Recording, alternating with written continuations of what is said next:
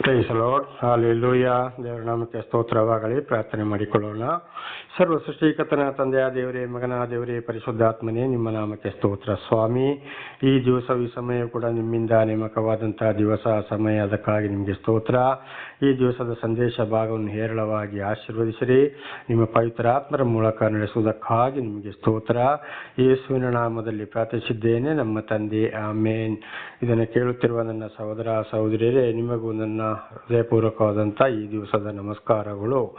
ಈ ದಿವಸದ ಸಂದೇಶದ ಭಾಗವು ಕೂಡ ಯಾವುದೆಂದರೆ ವಿಮೋಚನ ಕಾಂಡ 4ನೇ ಅಧ್ಯಾಯ 16ರಿಂದ. ವಿಮೋಚನ ಕಾಂಡ 4ನೇ ಅಧ್ಯಾಯ 16ರಿಂದ. ದೇವರ ನಾಮಕ್ಕೆ ಸ್ತೋತ್ರವಾಗಲಿ. ವಚನದ ಕಡೆಗೆ ಹೋಗೋಣ. ನಿನ್ನೆಯಿಂದಲೇ ಮುಂದುವರಿಯುವುದು. ಅವನೇ ನಿನಗೋಸ್ಕರ ಜನರ ಸಂಗಡ ಮಾತಾಡುವನು, ಅವನು ನಿನಗೆ ಬಾಯಿಯಂತಿರುವನು, ನೀನು ಅವನಿಗೆ ದೇವರಂತಿರುವಿ. ಯಾರಿಗೆ? ಆರೋನನಿಗೆ ಮೋಶೆಗೆ ಹೇಳ್ತಾ ಇದ್ದಾರೆ. ಅವನು ಬರ್ತಾನೆ, ಕೊಡ್ತಾನೆ, ನೋಡಪ್ಪ ಅವನಿಗೆ ನಾನು ನಿನಗೆ ಹೇಳಿದ್ದನ್ನು ಅವನಿಗೆ ಹೇಳು, ಅದನ್ನು ನೆನ್ನೆ ತಿಳ್ಕೊಂಡಿದ್ದೇವೆ. ಆದರೆ ಇವತ್ತು ನಿನ್ನ ಬಾಯಿಗೆ ಅವನೇ ಬಾಯಿ ಅಂತ ಇರ್ತಾನೆ. ಅವನಿಗೆ ಏನು ಮಾಡೋ, ನೀನು ಅವನಿಗೆ ದೇವರಂತಿರುವಿ, ನೀನು ಅವನಿಗಿದ್ದೀಯಾ, ಅವನು ನಿನ್ನ ಪರವಾಗಿ ಮಾತನಾಡ್ತಾನೆ. ಮೊದಲೇ ಈ ವಿಷಯವನ್ನು ಅವರಿಗೆ ತಿಳಿಸಬೇಕು ಅಂತ ದೇವರ ನಮಗೆ ಸ್ತೋತ್ರ. ಹಾಗೆ ಒಂದು ಕಡೆ ದೇವರಿಂದ ಆಯ್ಕೆಗೊಂಡವರು, ಒಂದು ಕಡೆ ನಾವು ಯಾವುದೇ ಒಂದು ದೇವರ ಕೆಲಸಕ್ಕೆ, ಸುವಾರ್ತೆಗೆ ಇರಲಿ, ಯಾವುದಕ್ಕಾದರೂ ದೇವರ ಕೆಲಸಕ್ಕೆ ಹೋಗುವಾಗ, ಇಬ್ಬರು ಇರುವಾಗ ಅದಕ್ಕೆ ನಾವು ಏನು ಮಾಡಬೇಕು? ಜೊತೆಯಲ್ಲೇ ಇದ್ದವರಿಗೂ ಕೂಡ ನಾವು ಒಬ್ಬರೊಬ್ಬರು ಮಾತುಗಳನ್ನು ಹಂಚಿಕೊಳ್ಳಬೇಕು. ನಮಗೆ ಕನಸಿನ ಮೂಲಕ, ವಾಣಿಯ ಮೂಲಕ, ಇಲ್ಲಾಂದರೆ ಈ ಜ್ಞಾನದ ಮೂಲಕ, ಇಲ್ಲಾಂದರೆ ನಾವು ಇದರ ಬಗ್ಗೆ ಏನು ಮಾತನಾಡಬೇಕು ಅಂತ ದೇವರ ಸೇವಕರುಗಳು ಏನು ಮಾಡಬೇಕು? ಅವರವರು ಮಾತಾಡಬೇಕು. ಹಾಗೆ ಮುಂದೆ ಹೋಗಿ ಆ ಸ್ಥಳದಲ್ಲಿ ಮಾತಾಡುವಾಗ ಅಲ್ಲಿ ದೇವರೇ ಅವರ ಹತ್ರ ಮಾತಾಡುವವರಾಗಿದ್ದಾರೆ. ದೇವರ ನಾಮಕ್ಕೆ ಸ್ತೋತ್ರವಾಗಲಿ. ಪ್ರತಿ ಒಂದು ವಿಷಯ ಕೂಡ ಇದೇ ರೀತಿ ನಡೀತದೆ. ಒಳ್ಳೆ ಕಾರ್ಯಕ್ಕೆ ಹೋಗುತ್ತಿಗೆ ಇಬ್ಬರಿಬ್ಬರು ಹೀಗೆ ಹೋಗುವಾಗ ಒಬ್ಬೊಬ್ಬರಿಂದ ಮಾತಾಡಬೇಕು. ಆ ವಿಷಯವನ್ನು ಹೇಗೆ ಮಾತಾಡಬೇಕು, ಏನು ಅಂತ ತಿಳ್ಕೊಳ್ಬೇಕು, ದೇವರಲ್ಲಿ ಪ್ರಾರ್ಥನೆ ಮಾಡಿಕೊಳ್ಬೇಕು. ಆಗ ಅಲ್ಲಿಗೆ ಹೋಗುವಾಗ ದೇವರು ಏನು ಮಾತಾಡಬೇಕು ಅಂತ ಅವರ ಮುಖಾಂತರ ದೇವರೇ ಮಾತಾಡುವವರಾಗಿದ್ದಾರೆ. ಇವತ್ತು ನನ್ನ ಜೀವಿತದಲ್ಲಿ ಕೂಡ ನೆರವೇರ್ತಾ ಇದೆ. ದೇವರ ನಾಮಕ್ಕೆ ಸ್ತೋತ್ರವಾಗಲಿ. ಹಾಗೆ 17ನೇ ವಚನ. ಇದಲ್ಲದೆ ಈ ಕೋಲನ್ನು ಕೈಯಲ್ಲಿ ತೆಗೆದುಕೊಂಡು ಹೋಗಬೇಕು, ಇದರಿಂದಲೇ ಆ ಮಹತ್ ಕಾರ್ಯಗಳನ್ನು ಮಾಡುವಿ ಅಂದನು. ದೇವರ ನಾಮಕ್ಕೆ ಸ್ತೋತ್ರ. ಆಗ ಮೋಶೆ ಮೂಲಕ ಏನು ಮಾಡಿದ್ದಾರೆ? ಒಂದು ಕೋಲನ್ನು ಕೂಡ ಕೊಟ್ಟಿದ್ದಾರೆ. ಅದುವೇ ನಾವು ಫೋಟೋದಲ್ಲಿ ಅದರಲ್ಲಿ ನೋಡ್ಬೋದು. ಅಥವಾ ಒಂದು ಈ ದೇವರ ಕಾರ್ಯ ಸಿಡಿಯಲ್ಲಿ ಕೂಡ ಮೋಶೆ ಕೈಯಲ್ಲಿ ಒಂದು ಕೋಲು ಇರ್ತದೆ. ಆಗ ಏನು ಮಾಡ್ತಾರೆ? ಈ ಕೋಲನ್ನು ನೀವು ತಗೊಂಡೇ ಹೋಗಬೇಕು, ಎಲ್ಲಿ ಹೋದರೂ ಕೋಲನ್ನು ಬಿಡಬಾರ್ದು, ಅದರ ಮೂಲಕ ನೀನು ಮಹತ್ ಕಾರ್ಯಗಳನ್ನು ಮಾಡ್ತೀಯಾ ಅಂತ ದೇವರ ನಾಮಕ್ಕೆ ಸ್ತೋತ್ರ. ಹಾಗೆ ನಾವು ಒಂದು ಕಡೆ ಹೋಗುತ್ತೀಯ, ಏನಾದ್ರು ಒಂದು ಕೋಲು ಕೈಯಲ್ಲಿ ಹಿಡ್ಕೊಳ್ಳೋಣ, ಏನಾದರೂ ಬೇಕು ಅಂತ ಒಂದು ಮನಸ್ಸಲ್ಲಿ ನಾವು ಬಂದರೆ ಖಂಡಿತವಾಗಿ ಏನು ಮಾಡಬೇಕು? ಆ ಮನಸ್ಸಿಗೆ ಬಂದಾಗೆ ಅದನ್ನು ನಾವು ಹಿಡ್ಕೊಂಡು ಹೋಗಲೇ ಬೇಕಾಗ್ತದೆ. ದೇವರ ನಾಮಕ್ಕೆ ಸ್ತೋತ್ರವಾಗಲಿ. ದೇವರು ಯೋಚನೆ ಕೊಟ್ಟ ಹಾಗೆ, ಮಾತಾಡಿದ ಹಾಗೆ ವಾಕ್ಯದ ಮೂಲಕ ನಾವು ನಡೆಯಬೇಕಾಗಿದೆ. ದೇವರ ನಾಮಕ್ಕೆ ಸ್ತೋತ್ರ. ಹಾಗೆ 18ನೇ ವಚನಕ್ಕೆ ಹೋಗೋಣ. ಈಗ ವಿಮೋಚನ ಕಾಂಡ 4:18. ಆಮೇಲೆ ಮೋಶೆ ತನ್ನ ಮಾವನಾದ ಇತ್ರೋನ ಬಳಿಗೆ ಬಂದು, ಅಪ್ಪಣೆಯಾದರೆ ನಾನು ಐಗುಪ್ತ ದೇಶದಲ್ಲಿರುವ ಸಹಜನರ ಬಳಿಗೆ ತಿರುಗಿ ಹೋಗಿ ಅವರು ಜೀವದಿಂದಿದ್ದಾರೋ ಏನೋ ನೋಡುವೆನು ಎಂಬುದಾಗಿ ಅವನಿಗೆ ಹೇಳಲು ಇತ್ರೋನನು, ನೀನು ಹೋಗಿ ಬರಬಹುದು ಅಂದನು. ನೋಡಿ, ಮಾವನ ಮನೆಯಲ್ಲೇ ಇದ್ದ, ಅಂದರೆ ಅವನ ಹೆಂಡತಿ ಅಪ್ಪನ ಮನೆಯಲ್ಲೇ ಕುರಿ ಮೇಯಿಸಿಕೊಂಡೆಲ್ಲ ಇದ್ದ. ಅಲ್ಲಿ ದೇವರು ಅವನಲ್ಲಿ ಇಂಥ ಕಾರ್ಯವನ್ನು ಮಾಡಿದರು. ನೋಡಿ, ಮೋಶೆ ಏನು ಮಾಡ್ತಾ ಇದ್ದ? ಮದುವೆ ಆದ ಯಾರೋ ಚಿಪ್ಪೋರನ ಮಗಳನ್ನ, ಅಲ್ಲಿ ಇವನು ಕುರಿ ಮೇಯಿಸೋನಿದ್ದ ಮಾವನ ಕುರಿಗಳನ್ನು. ಅಲ್ಲಿ ನೋಡಿ ದೇವರು ಮೋಶೆಯೊಂದಿಗೆ ಅಷ್ಟೆಲ್ಲ ಕಾರ್ಯಗಳನ್ನು ಹಿಂದೆ ನಾವು ತಿಳ್ಕೊಂಡಿದ್ದನ್ನು ಅಲ್ಲಿ ಮಾಡಿದರು. ಹಾಗೆ ಇವತ್ತು ದೇವರನ್ನು ಆರಿಸಿಕೊಂಡವರು, ಅವರಿಗೆ ವೈಶ್ಯರಂತರೇ ಆಗಬೇಕು, ದೊಡ್ಡ ಇಂಗ್ಲೀಷ್ ಕಲ್ತವರೇ ಆಗಬೇಕು, ಸ್ಟೈಲ್ ಮಾಡೋರೇ ಆಗಬೇಕು, ವಾಸ್ತವಂತರೇ ಮಾಡಬೇಕು ಅಂತ ಅಲ್ಲ. ದೇವರು ಬಹಳ ಯಾರನ್ನು ಆರಿಸ್ಕೊಳ್ಬೇಕು, ಅವರು ಬಹಳ ಕನಿಷ್ಠದಲ್ಲಿರ್ತಾರೆ. ಕುರಿ ಕಾಯುವವರನ್ನ, ಅಥವಾ ಯಾವುದೇ ಕೂಲಿ ಕೆಲಸ ಮಾಡೋರನ್ನ, ನಾನಾ ಥರದವರನ್ನ ದೇವರು ಇವತ್ತು ಆರಿಸಿಕೊಳ್ಳುವವರಾಗಿದ್ದಾರೆ. ಇದು ಹೊಸ ಒಡಂಬಡಿಕೆಯಲ್ಲಿ ಕೂಡ 12 ಮಂದಿ ಶಿಷ್ಯರನ್ನ ದೇವರು ಆರಿಸಿಕೊಂಡ್ರು. ಅಲ್ಲಿ ಯಾರಿದ್ರು? ಕನಿಷ್ಠ ಸುಂಕ ವಸೂಲಿ ಮಾಡೋರು ಇದ್ರು, ಆಮೇಲೆ ಬೆಸ್ತರು ಇದ್ರು, ಆಮೇಲೆ ಇನ್ನು ನಾನಾ ಥರದ ಕೆಲಸಗಳಲ್ಲಿ ಬಡಿಗೆಯವರು ಇದ್ರು, ನಾನಾ ಥರದ ಕೆಲಸ ಮಾಡೋರಿದ್ರು. ಅವರಲ್ಲಿ ಎಲ್ಲರನ್ನ ದೇವರು ಏನು ಮಾಡಿದ್ರು? ಆರಿಸಿಕೊಂಡರು. ಹಾಗೆ ದೇವರು ನಮಗೆ ಸ್ತೋತ್ರ. ದೇವರು ಯಾರನ್ನು ಆರಿಸಿಕೊಳ್ತಾರಂತ ಗೊತ್ತಿಲ್ಲ, ಬಹಳ ಕನಿಷ್ಠರಾದವರನ್ನ ದೇವರು ಆರಿಸಿಕೊಳ್ತಾರಂತೇಳಿ ಅಪೊಸ್ತಲನಾದ ಪೌಲರು ಕೂಡ ಇದನ್ನೇ ಹೇಳಿದ್ದು. ಹಿಂದೆ ನನ್ನ ಜೀವಿತ ಕೂಡ ಬಹಳ ಕೆಟ್ಟೋಗಿತ್ತು. ಹಿಂದಿನ ಸಾಕ್ಷಿಯಲ್ಲಿ ಹೇಳಿದ್ದೆ, ದೇವರಿಗೆ ವಿರುದ್ಧವಾಗಿದೆ, ಕಷ್ಟ ಸಂಕಟ ದುಃಖದಲ್ಲಿ ಯಾರಿಗೂ ಬೇಡದವನಾಗಿದ್ದೆ. ಇಡೀ ನನ್ನ ಬಂಧು ಬಳಗದವರಿಗೆ ನೆರೆ ಕರೆಯವರಿಗೆ ನಾನೊಂದು ಕಸವಾಗಿದ್ದೆ, ಯಾರಿಗೂ ಬೇಡದಂತ ಒಂದು ಹೀನ ಪರಿಸ್ಥಿತಿಯವನಾಗಿದ್ದೆ. ನನ್ನನ್ನು ನೋಡಿ ತಿರುಗಿ ನಿಲ್ಲುವಂಥ ಮಟ್ಟಕ್ಕೆ ನಾನು ಇದ್ದೆ. ಆದರೆ ದೇವರು 1995ನೇ ಇಸುವಿಗಿಂತ ಮೊದಲೇ ಆಗ 95ನೇ ಇಸುವಿಯಲ್ಲಿ ನನ್ನನ್ನು ಸ್ವೀಕಾರ ಮಾಡಿದರು. ದೇವರ ನಾಮಕ್ಕೆ ಸ್ತೋತ್ರವಾಗಲಿ. ಹಾಗೆ ಇವತ್ತೇನು ಮಾಡಿದರು, ಮೋಶ ಕುರಿಕಾಯವನು ಅವನನ್ನು ದೇವರು ಆರಿಸಿಕೊಂಡರು. ಚಿಕ್ಕದ್ರಿಂದಲೇ ಅವನನ್ನು ರಕ್ಷಿಸ್ತಾ ಬಂದರು. ಹಾಗೆ ನನಗೂ ಕೂಡ ದೇವರ ವಾಕ್ಯ ಮೊದಲು ಸಿಕ್ಕಿದ್ದು 16ನೇ ವರ್ಷದಲ್ಲಿ. ಅದನ್ನು ಹೇಳಕ್ಕೆ ಹೋದರೆ ಬಹಳ ವಿಶೇಷವಾಗಿದೆ. ದೇವರ ನಾಮಕ್ಕೆ ಸ್ತೋತ್ರವಾಗಲಿ. ಹಾಗೆ ಈಗ 19 ಮತ್ತು 20ನೇ ವಚನ, ವಿಮೋಚನ ಕಂಡ 4, 19, 20. ಮಿದ್ಯಾನ್ ದೇಶದಲ್ಲಿ ಯೆಹೋವನು ಮೋಶೆಗೆ, ನೀನು ಐಗುಪ್ತ ದೇಶಕ್ಕೆ ತಿರುಗಿ ಹೋಗು, ನಿನ್ನ ಪ್ರಾಣವನ್ನು ತೆಗೆಯಬೇಕೆಂದಿದ್ದವರೆಲ್ಲರೂ ಸತ್ತು ಹೋದರು ಎಂದು ಹೇಳಿದ್ದರಿಂದ ಮೋಶೆ ತನ್ನ ಹೆಂಡತಿಯನ್ನು ಮಕ್ಕಳನ್ನು ಕತ್ತೆಯ ಮೇಲೆ ಹತ್ತಿಸಿ ಕರಕೊಂಡು ಐಗುಪ್ತ ದೇಶಕ್ಕೆ ಹೊರಟು ಹೋದನು. ಅವನು ದೇವದಂತವನ್ನು ಕೈಯಲ್ಲಿ ತೆಗೆದುಕೊಂಡನು. ದೇವರ ನಾಮಕ್ಕೆ ಸ್ತೋತ್ರ. ನೋಡಿ, ಮಾವನ ಹತ್ರ ಕೇಳಿದ 18ನೇ ವಚನದಲ್ಲಿ ಮಾವ ಅಪ್ಪಣೆ ಕೊಟ್ಟ. ಆಮೇಲೆ ಯೆಹೋವನು ಏನು ಹೇಳ್ತಾರೆ, ನೀನು ಮಿದ್ಯಾನ್ ದೇಶಕ್ಕೆ ಹೋಗು. ಮಿದ್ಯಾನ್ ದೇಶದಲ್ಲಿ ಇವನಿಗೆ ಮೋಶೆಗೆ ದರ್ಶನ ಕೊಟ್ಟು ಹೇಳ್ತಾರೆ, ನೀನು ಐಗುಪ್ತ ದೇಶಕ್ಕೆ ಹೋಗು, ನಿನ್ನ ಅಲ್ಲಿ ಕೊಳ್ಬೇಕು ಅಂತಿದ್ದವರು ಯಾರು, ಈ ಫರೋಹನ ಅರಸ, ಅಲ್ಲಿ ಕಠಿಣ ಜನಗಳು, ಅವನು ಸತ್ತು ಹೋದ ಅಂತೇಳಿ ಮಿದ್ಯಾನ್ ದೇಶದಲ್ಲಿ ಹೇಳ್ತಾ ಇದ್ದಾರೆ. ಆದ್ರಿಂದ ಏನು ಮಾಡ್ದ, ಅವನು ತನ್ನ ಹೆಂಡತಿಯನ್ನು ಮಕ್ಕಳನ್ನು ಕತ್ತೆ ಮೇಲೆ ಹತ್ತಿಸಿಕೊಂಡು ಐಗುಪ್ತ ದೇಶಕ್ಕೆ ಹೊರಟು ಹೋದ. ದೇವರು ಕೊಟ್ಟ ಕೋಲನ್ನು ಕೂಡ ಕೈಯಲ್ಲಿ ಹಿಡ್ಕೊಂಡು ಐಗುಪ್ತ ದೇಶಕ್ಕೆ ಹೋದ ಮಿದ್ಯಾನ್ ದೇಶದಿಂದ. ನೋಡಿ, ಕತ್ತೆಯ ಮೇಲೆ ಹೋದ ಮೋಶೆ ತನ್ನ ಮಕ್ಕಳನ್ನು ಹೆಂಡತಿಯನ್ನ ಕರ್ಕೊಂಡು.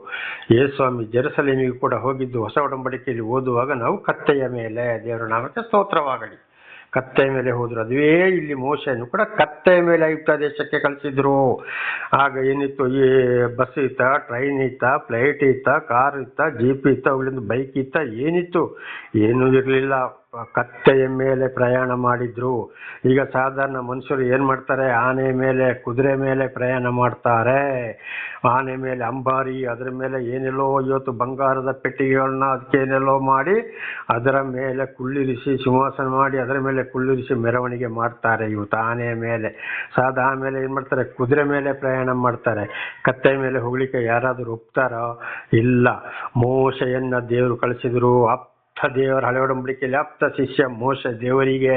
ಆದರೆ ಅದರ ಅರ್ಥವೇನಪ್ಪ ಅಂದರೆ, ನಿಮ್ಮನ್ನ ನೀವೇ ತಗ್ಗಿಸಿಕೊಳ್ಳಿ, ಕನಿಷ್ಠರಾಗಿ ಹೋಗಿ, ದೊಡ್ಡಸ್ತಿಕೆ ಆಡಂಬರ ಬೇಡ, ಅದು ಯಾವಾಗಲೂ ನಿಲ್ಲುವುದಿಲ್ಲ, ಗತಿಸಿ ಹೋಗ್ತದೆ. ಆದರೆ ನಿಮ್ಮನ್ನು ನೀವೇ ತಗ್ಗಿಸಿಕೊಂಡು ಬಡಸ್ಥಾನದಲ್ಲಿ ಹೋದರೆ ಅದು ಯಾವಾಗಲೂ ಉಳಿಯುತ್ತದೆ, ಅದರಲ್ಲೇ ಶಾಂತಿ ಸಮಾಧಾನ ಅಂತ ಇದರ ಅರ್ಥ.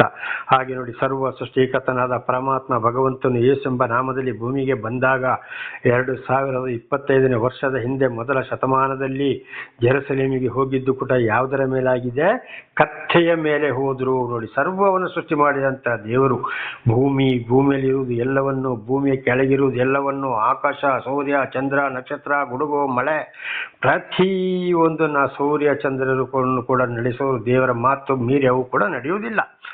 ಅಂಥ ದೇವರನ್ನು ಕೂಡ ಏನು ಮಾಡಿದ್ರು, ಕತ್ತೆಯ ಮೇಲೆ ಹೋದ್ರು. ಇದರ ಅರ್ಥ ಏನು, ನೀವು ಕೂಡ ಇದನ್ನು ನಿಮ್ಮ ತಗ್ಗಿಸಿಕೊಳ್ಳಿರಿ.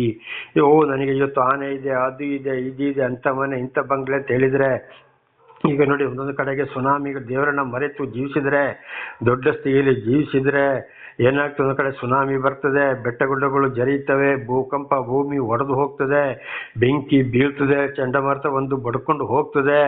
ಆಗ ಏನಾಗ್ತದೆ, ಇವರ ಆಸ್ತಿ ಪಾಸ್ತಿ, ಬೆಳ್ಳಿ ಬಂಗಾರ ತೀರಿ ದೊಡ್ಡಸ್ತಿಗೆ, ನಾನು ಅಂಥ ಕೋಟಿ, ಇಂಥ ಕೋಟಿ, ಅಂಥ ಅಧಿಕಾರಿ, ಇಂಥ ಅಧಿಕಾರಿ, ನಾನು ಅಂಥವನು ಇಂಥವನು, ದೊಡ್ಡ ದೊಡ್ಡ ಕಾರುಗಳು, ದೊಡ್ಡ ದೊಡ್ಡ ಅಪಾರ್ಟ್ಮೆಂಟ್ಗಳು, ಎಷ್ಟೆಷ್ಟೋ ಮಹಡಿಯವು, ಏನೇನೂ ಇಲ್ಲದೆ ಭಾರತ ದೇಶವನ್ನು ಬಿಟ್ಟು ಇನ್ನೊಂದು ಕಡೆಗೆ ಹೊರ ರಾಷ್ಟ್ರಗಳಿಗೆ ಹೋಗಿ ಅಲ್ಲಿ ಮನೆ ಮಾಡೋದು, ಅಲ್ಲಿ ಹೆಂಡತಿ ಮಕ್ಕಳನ್ನ ಸಾಕಕ್ಕೆ ನೋಡೋದು. ಉದಾಹರಣೆಗೆ ಮೊನ್ನೆ ಒಂದು ಫ್ಲೈಟ್ ಬಿತ್ತು ನೋಡಿ ಅಹಮದಾಬಾದಲ್ಲಿ.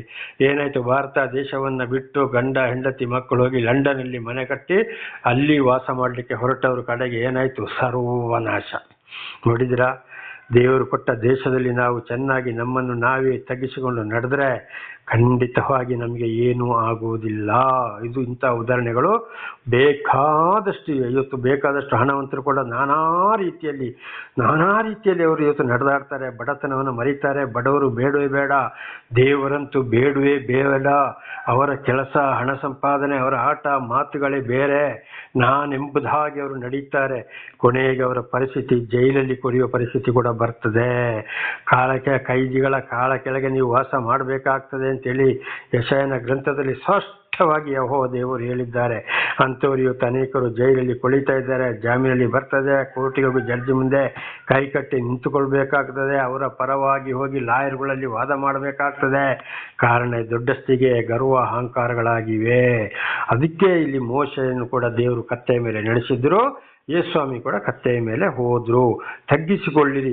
ಎಷ್ಟೇ ಆಸ್ತಿ ಇರ್ಬೋದು, ಪಾಸ್ತಿ ಇರ್ಬೋದು, ಬೆಳ್ಳಿ ಇರ್ಬೋದು, ಬಂಗಾರ ಇರ್ಬೋದು, ಹಣ ಇರ್ಬೋದು, ಅಥವಾ ಅಧಿಕಾರಿಗಳೇ ಆಗಿರ್ಬೋದು, ಇದೆಲ್ಲ ದೇವರಿಂದಲೇ ಬಂದಂಥದ್ದು. ಇನ್ನೊಬ್ಬರ ಮನಸ್ಸು ನೋಯಿಸದೆ ತಮ್ಮನ್ನು ತಾವೇ ತಗ್ಗಿಸಿಕೊಂಡು ಮುಂದೆ ಹೋಗುವುದಾಗ, ಅದರಲ್ಲಿ ಬಡ ಬಗ್ಗರಿಗೆ ದಾನ ಧರ್ಮ, ಅನಾಥ ಮಕ್ಕಳು, ವೃದ್ಧರಿಗೆ, ಇಂಥವರಿಗೆಲ್ಲ ದಾನ ಧರ್ಮ ಮಾಡಿಕೊಂಡು ಹೋದಾಗ, ತಮ್ಮನ್ನು ತಾವೇ ತಗ್ಗಿಸಿಕೊಂಡು ಹೋದಾಗ ಅದುವೇ ಯಾವಾಗಲೂ ಶಾಶ್ವತವಾಗಿ ಉಳಿಯುತ್ತದೆ. ದೇವರ ನಾಮಕ್ಕೆ ಸ್ತೋತ್ರವಾಗಲಿ. ಹಲ್ಲೆಲೂಯಾ. ಒಂದು ಕನಿಷ್ಠವಾದ ಒಂದು ಕುಟುಂಬ ನೋಡಿ, ಇವತ್ತೊಂದು ಬಡ ರೈತರಾಗಲಿ, ಗಂಡ ಹೆಂಡತಿ ಮಕ್ಕಳು ಅವರನ್ನೇ ತಗ್ಗಿಸಿಕೊಂಡು ದೇವರಿಗೆ ಕೊಟ್ಟಿದ್ರಲ್ಲಿ ದುಡಿದು ಮಾಡಿ ತಿಂದುಕೊಂಡು ದೇವರೇ ಅಂತೇಳಿ ಹೋಗ್ತಾ ಇರ್ತಾರೆ. ಯಾವಾಗಲೂ ಹೋಗ್ತಾ ಇರ್ತಾರೆ. ಹಾಗೆ ಯಾವಾಗ ಅದರಲ್ಲಿ ಉಬ್ಬಿ ಹೋಗ್ತಾರೋ ನಾನಾ ಥರದ ಶಿಕ್ಷೆಗಳು ಬರುತ್ತವೆ. ಅದಕ್ಕೆ ಮೋಶೆಯನ್ನು ದೇವರು ಏನು ಮಾಡಿದ್ರು, ಅಂಥ ಒಂದು ಆಪ್ತ ಶಿಷ್ಯನನ್ನು ಚಿಕ್ಕ ಮಗುವಿನಿಂದಲೇ ರಕ್ಷಣೆ ಮಾಡ್ತಾ ಬಂದು ಬಂದು ಬಂದು ಬಂದು ಬಂದು ಬಂದು ಅಲ್ಲಿ ಏನು ಮಾಡಿದ್ರು, ಅಲ್ಲಿ ಅವರನ್ನು ದೇವರು ತನ್ನನ್ನು ತಾನೇ ತಗ್ಗಿಸ್ಕೊಂತೇಳಿ ಕತ್ತೆ ಮೇಲೆ ಐಗುಪ್ತ ದೇಶಕ್ಕೆ ಹೋಗುವಾಗೆ ಮಾಡಿದ್ರು. ಯೇಸುಸ್ವಾಮಿ ಕೂಡ ಅಂಥ ದೇವರೇ, ಸರ್ವವನ್ನು ಸೃಷ್ಟಿ ಮಾಡಿದಂಥ ದೇವರೇ, ಕಡೆಗೆ ನಾಶ ಮಾಡುವಂಥ ದೇವರೇ, ಆದಿಯು ಅಂತ್ಯವೂ ಮಾರ್ಗವು ಸತ್ಯವೂ ಜೀವವು ಆಗಿದಂಥ ದೇವರೇ ಜೆರುಸಲೇಮ್ ದೇವಾಲಯಕ್ಕೆ ಕೂಡ ಕತ್ತೆಯಲ್ಲಿ ಹೋದರು, ತನ್ನನ್ನು ತಾನೇ ತಗ್ಗಿಸಿಕೊಂಡರು. ಇದು ನಮ್ಮ ಜೀವಿತದಲ್ಲಿ ಒಂದು ಉದಾಹರಣೆಯಾಗಿರಬೇಕು. ಇದೇ ಜೀವಿತ ನಮ್ಮನ್ನು ನಾವೇ ತಗ್ಗಿಸಿಕೊಳ್ಳಬೇಕು. ಅದಕ್ಕೆ ಸ್ವಾಮಿ ಮತ್ತೊಂದು ಮಾತನ್ನು ಹೇಳಿದ್ದಾರೆ, ತನ್ನನ್ನು ತಾನೇ ಮತ್ತ 23:12 ತನ್ನನ್ನು ತಾನೇ ಏರಿಸಿಕೊಂಡವರನ್ನು ತಗ್ಗಿಸುವೆನು, ತಗ್ಗಿದವರನ್ನ ಮೇಲೆ ಏರಿಸುವೆನು ಅಂತ ಹೇಳಿದ್ದಾರೆ. ನಮಗೆ ಸ್ತೋತ್ರ. ಫಿಲಿಪಿಯರಿಗೆ ಬರೆದ ಪತ್ರದಲ್ಲಿ ಕೂಡ ಅಪೊಸ್ತಲರಾದ ಪೌಲರು ಹೇಳಿದ್ದಾರೆ, ಯೇಸುಸ್ವಾಮಿ ಎಲ್ಲಿ ಜನಿಸಿದ್ರು, ದಾರಿ ಬದಿಯಲ್ಲಿ ಜನಿಸಿದ್ರು. ದೇವರ ನಮಗೆ ಸ್ತೋತ್ರವಾಗಲಿ. ಕೆಲವರು ಹೇಳ್ತಾರೆ ದನದ ಕೊಟ್ಟಿಗೆಯಲ್ಲಿ ಜನಿಸಿದ್ರು ಅಂತ. ಕೊಟ್ಟಿಗೆಯಲ್ಲಿ ಜನಿಸಿದ್ರು ಅಂತ ಬೈಬಲಲ್ಲಿ ಎಲ್ಲಿಯೂ ಬರೆದಿಲ್ಲ ನನ್ನ ಸಹೋದರ ಸಹೋದರಿಯರೇ.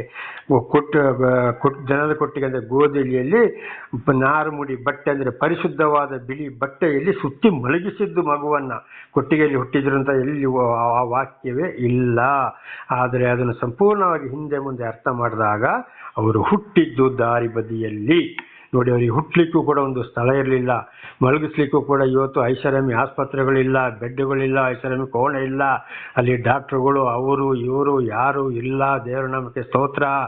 ದಾರಿ ಬದಿಯಲ್ಲಿ ಹುಟ್ಟಿದ್ರು. ದೇವರ ನಾಮಕ್ಕೆ ಸ್ತೋತ್ರ. ಯಾವ ರೀತಿ ತಗ್ಗಿಸಿಕೊಂಡು ನೋಡ್ರಿ. ಆಮೇಲೆ ಕತ್ತೆ ಮೇಲೆ ಜೆರುಸಲೇಮಿಗೆ ಹೋದ್ರು, ಕುರುಡರ ಮನೆಗೆ ಹೋದ್ರು, ಕುಂಟನ ಮನೆಗೆ ಹೋದ್ರು, ಕುಷ್ಠರೋಗಿ ಹತ್ರ ಹೋದ್ರು, ಪಾರ್ಶ್ವ ರೋಗಿ ಹತ್ರ ಹೋದ್ರು, ವ್ಯಭಿಚಾರಿಣಿ ಹತ್ರ ಹೋದ್ರು, ಜ್ವರ ಹಿಡಿದವರ ಹತ್ರ ಹೋದ್ರು, ಆಮೇಲೆ ಸತ್ತವನ ಮನೆಗೂ ಕೂಡ ಹೋದ್ರು. ನೋಡಿ, ತನ್ನನ್ನು ತಾನೇ ತಗ್ಗಿಸಿಕೊಂಡು ಸರ್ವ ಸೃಷ್ಟಿಕರ್ತನಾದ ದೇವರು ಮನುಷ್ಯನ ಈ ಲೋಕಕ್ಕೆ ಬಂದಾಗ ಯಾವ ರೀತಿಯಲ್ಲಿ ಯಾರ ಮನೆಗೆ ಹೋದ್ರು ನೋಡಿ. ಇದು ಇವತ್ತು ದೇವರು ಆದುಕೊಂಡವರಲ್ಲಿ ದೇವರಿಂದ ಆಯ್ಕೆ ಯಾರು ಆಗಿದ್ದಾರೋ, ಯಾರನ್ನು ದೇವರು ಆರಿಸಿಕೊಂಡಿದ್ದಾರೋ ಅವರು ಇದೇ ಪ್ರಕಾರ ಇವತ್ತು ನಡೆಯುವರಾಗಿದ್ದಾರೆ. ಬೇಕಾದಾಗೆ ಪ್ಯಾಂಟು, ಶರ್ಟು, ಬೆಲ್ಟನ್ನು ಹಾಕ್ಕೊಂಡು ಇಲ್ಲಿ ಚರ್ಚೆಯಲ್ಲಿ ಬೋಧನೆ ಮಾಡುವಾಗ, ಪ್ರಸಂಗ ಮಾಡುವಾಗ ಬಿಳಿ ಡ್ರೆಸ್ಸು, ಇನ್ನೊಂದು ಕಡೆ ಮದುವೆ ಆದಾಗ ಆ ಡ್ರೆಸ್ಸನ್ನು ಚೇಂಜ್ ಮಾಡಿ ಕಪ್ಪು ಪ್ಯಾಂಟು, ಕಪ್ಪು ಕೋಟ್ ಹಾಕೊಂಡು ಅಲ್ಲಿಗೆ ಹೋಗ್ತಾರೆ, ಇಲ್ಲಿಗೆ ಮದುವೆಗೆ. ಇಲ್ಲಿ ಒಂದು ಬಟ್ಟೆ, ಅಲ್ಲಿ ಒಂದು ಬಟ್ಟೆ. ಆವಾಗ ಇಲ್ಲಿ ಪರಿಶುದ್ಧ ಬಿಳಿ ಬಟ್ಟೆ, ಅಲ್ಲಿಗೆ ಹೋಗುತ್ತೆ ಕಪ್ಪು. ಕಪ್ಪು ಯಾವುದನ್ನು ಸೂಚಿಸ್ತದೆ ನಿಮಗಿದು ಚೆನ್ನಾಗಿ ಗೊತ್ತಿದೆ, ನೀವೇ ಇದನ್ನು ಅರ್ಥ ಮಾಡಿಕೊಳ್ಳಿರಿ. ಆಮೇಲೆ ಸ್ಟೈಲು, ಪ್ರೀತಿ ಮಾಡೋರನ್ನೇ ಪ್ರೀತಿ ಮಾಡೋದು. ಯಾರು ಜಾಸ್ತಿ ದುಡ್ಡು ಕೊಡ್ತಾರೋ, ಯಾರ ಮನೆ ಚೆನ್ನಾಗಿದೆಯೋ, ಯಾರು ಇಂಗ್ಲೀಷ್ ಮಾತಾಡ್ತಾರೋ, ಯಾರಲ್ಲಿ ದೊಡ್ಡ ದೊಡ್ಡ ಗಾಡಿಗಳಿವೆಯೋ ಅಂಥವ್ರನ್ನೇ ನೋಡಿಕೊಂಡು ಅಂಥವ್ರ ಹತ್ರನೇ ಹೋಗ್ತಾರೆ. ಬಡವರನ್ನು ಕಣ್ಣೆತ್ತಿ ನೋಡೋದಿಲ್ಲ, ನೋಡಿ ತಿರುಗಿ ನಿಲ್ತಾರೆ, ಅಡ್ಡ ಕಣ್ಣಲ್ಲಿ ನೋಡ್ತಾರೆ, ಮಾತುಕತೆ ಇಲ್ಲ. ಅವರು ಬೇಡವೇ ಬೇಡ. ಇದಕ್ಕೆ ಹೇಳಿದ್ದು, ಏರಿದವರನ್ನ ತಗ್ಗಿಸ್ತೀನಿ, ತಗ್ಗಿದವರನ್ನ ಏರಿಸ್ತೀರಿ. ಇನ್ನು ಕೆಲವರು ಅವರಿಗೆ ಬೇಕಾಗಿರೋದು ಮನೆಗೆ, ಅದಕ್ಕೆ ಸೈಟ್ ತಗೊಳ್ತಾರೆ, ಚರ್ಚು ಅಂತ ಹೇಳಿ, ಆಮೇಲೆ ದೊಡ್ಡ ಬಿಲ್ಡಿಂಗ್ ಕಟ್ತಾರೆ, ಕೆಳಗಡೆ ನೀರಿಗೆ ಸಂಪು, ಕಾರ್ ಪಾರ್ಕಿಂಗು, ಗಾಡಿ ಪಾರ್ಕಿಂಗ್ ಜಾಗ ಮಾಡ್ಕೊಳ್ತಾರೆ, ಆಮೇಲೆ ಇವರಿಗೆ ಅದರ ಮೇಲೆ ಮನೆ ಮಾಡ್ಕೊಳ್ತಾರೆ, ಅದರ ಮೇಲೆ ಚರ್ಚ್ ಮಾಡಿಕೊಳ್ತಾರೆ. ಆದರೆ ಇವರಿಗೆ ಬೇಕಾಗಿರೋದು ಯಾವುದು? ಮನೆ. ಆದರೆ ಹೆಸರು ಚರ್ಚು. ಅದಕ್ಕೆ ನಾನಾ ರೀತಿಯಲ್ಲಿ ಸಂಪಾದನೆ ಮಾಡೋರು ಕೂಡ ಆಗಿದ್ದಾರೆ. ಇದು ಅನೇಕ ಸಲ ನಿಮಗೆ ತಿಳಿಸಿದ್ದೇನೆ. ಮತ್ತೊಂದು ಸಲ ಈ ವಚನದ ಪ್ರಕಾರ ದೇವರು ನನ್ನ ಮುಖಾಂತರ ನಿಮಗೆ ತಿಳಿಯಪಡಿಸೋರಾಗಿದ್ದಾರೆ. ಆದರೆ ಇಂಥದ್ರಲ್ಲಿ ಕಂಡುಹಿಡಿಬೇಕು, ದೇವರಿಂದ ಆಯ್ಕೆಯಾದವರು ಯಾರು, ಆಯ್ಕೆಯಾಗದವರು ಯಾರು, ನಾವು ಯಾವ ರೀತಿ ತಗ್ಗಿಸಿಕೊಂಡು ಹೋಗಬೇಕು. ಅದಕ್ಕೆ ಅಂತ ಆಪ್ತ ಶಿಷ್ಯನಾದ ಮೋಶೆಯನ್ನು ಕೂಡ ಇಂಥ ದೇಶಕ್ಕೆ ಕತ್ತೆಯ ಮೇಲೆ ಕಳಿಸಿದ್ರು. ಯೇಸುಸ್ವಾಮಿ ಕೂಡ ಕತ್ತೆಯ ಮೇಲೆ ಜೆರುಸಲೇಮಿಗೆ ಹೋದರು, ದಾರಿ ಬದಿಯಲ್ಲಿ ಹುಟ್ಟಿದ್ರು. ಇಂತೆಲ್ಲ ರೋಗಿಗಳನ್ನು ಪ್ರೀತಿ ಮಾಡಿಕೊಂಡು ಅವ್ರ ಹತ್ರ ಹೋದ್ರು. ಪ್ರಾರ್ಥನೆ ಮಾಡಿಕೊಳ್ಳೋಣ. ಸರ್ವ ಸೃಷ್ಟಿಕರ್ತನ ತಂದೆಯ ದೇವರೇ, ಮಗನ ದೇವರೇ, ಪರಿಶುದ್ಧಾತ್ಮನೇ, ನಿಮ್ಮ ನಾಮಕ್ಕೆ ಸ್ತೋತ್ರ. ಈ ಒಂದು ಸಂದೇಶವನ್ನು ಕೂಡ ನನ್ನ ಸಹೋದರ ಸಹೋದರಿಗೆ ನೀವು ತಿಳಿಸಿದ್ದಕ್ಕಾಗಿ ಸ್ತೋತ್ರ. ಅವರು ಇದನ್ನು ಕೂಡ ಚೆನ್ನಾಗಿ ಕೇಳಿ ಅರ್ಥ ಮಾಡಿಕೊಂಡು ಚೆನ್ನಾಗಿ ತಿಳಿದುಕೊಂಡು ನಿಮ್ಮ ವಾಕ್ಯಕ್ಕೆ ವಿಧೇಯರಾಗಿ ಜೀವಿಸಲು ಬೇಕಾದಂಥ ವಿಶೇಷವಾದ ಜ್ಞಾನವನ್ನು ಅವರಿಗೆ ಅನುಗ್ರಹಿಸಿ ಅವರ ಮಕ್ಕಳಿಗೂ ತಿಳಿಸುವಂತಾಗಲಿ, ಇತರರಿಗೂ ತಿಳಿಸುವಂತಾಗಲಿ. ಇವರೆಲ್ಲರೂ ನಿಮ್ಮಿಂದ ಆಶೀರ್ವಾದ ಹೊಂದುವಂತಾಗಲಿ. ಯೇಸುವಿನ ನಾಮದಲ್ಲಿ ಪ್ರಾರ್ಥಿಸಿದ್ದೇನೆ ನಮ್ಮ ತಂದೆ, ಆಮೇನ್.